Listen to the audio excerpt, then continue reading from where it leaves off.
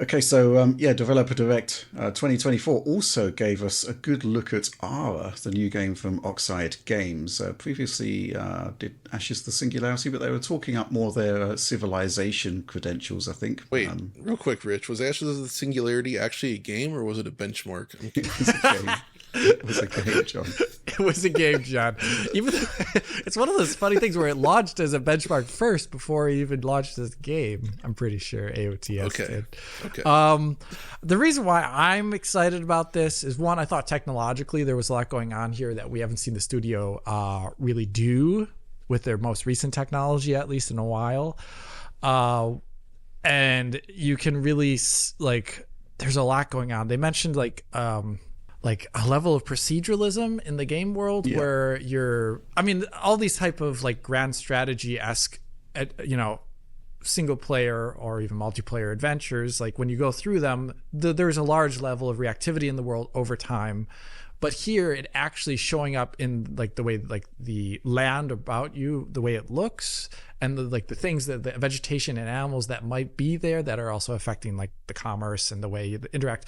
There's a lot going on here that I can barely encapsulate in a couple sentences, but this looks like an extremely ambitious title in its genre. It seems to be doing a lot of like micromanagement combat, it appeared to be in there as well too, a lot of city and diplomacy management, as well as some like smaller things. Like they mentioned, that even like the wild animals are going to like interact with your villagers at like the earlier stages of the game, which is a lot more something you'd see in like a smaller scale strategy game like Age of Empires. So there's a lot going on there in terms of what they're trying to do in the genre itself. It seems like a very ambitious title, but I also thought technologically this is one of really, really good looking RTS game. I think one of the cool things that they've always done, probably since Ashes of the Singularity, is they've really pushed a unique engine directive. Like for Ashes of the Singularity, they were going for like texture space shading running on the GPU, MSAA, Resolve, no TAA really, and like a very unique way to do rendering to reduce aliasing. And I think since then they've changed things up. Like the engine for a long time was like one of the first adopters of DX12, Vulkan, and even Mantle back in the Mantle, day, if you recall.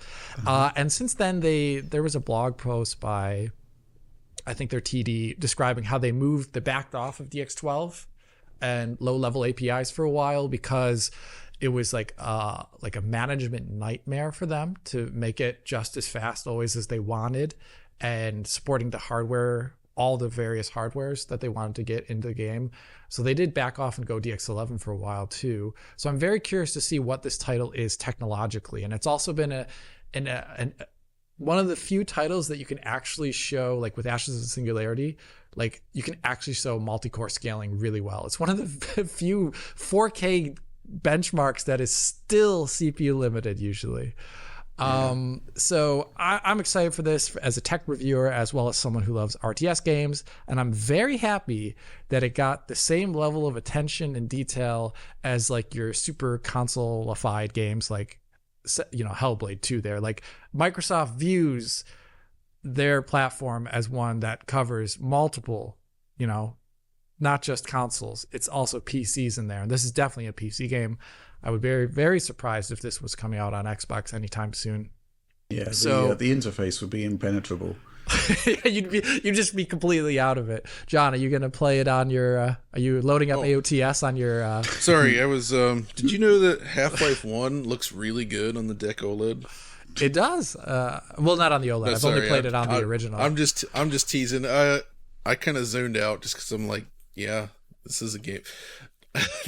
This is not the type of game I traditionally would play, but I agree with your sentiment there at the end that I think it's very cool that in a first party showcase they're effectively showing a very PC centric style strategy game, which has a different sort of audience, and giving them that kind of airtime and that sort of attention. That's awesome. That's really cool. If you think about it, this is basically the perfect format for that particular game, Developer 100%. Direct, because what would you get instead? If this was in like the E3 showcase, you'd get like what? Oh my gosh. a 90-second trailer or something, which would tell you nothing about the game. And here you've actually got the people making the game telling you, why you should be excited about it. And it wasn't treated like a second-class citizen alongside the likes of, Indiana Jones and Hellblade 2. It was right in the thick of it. And I think the other triumph of it was that the segment, even if you weren't particularly interested in RTS games, you kept watching because it was compelling to watch. It was, it's good stuff. Yeah, it's people who are passionate about their jobs talking about why they think their game is special, and people from a variety of disciplines too.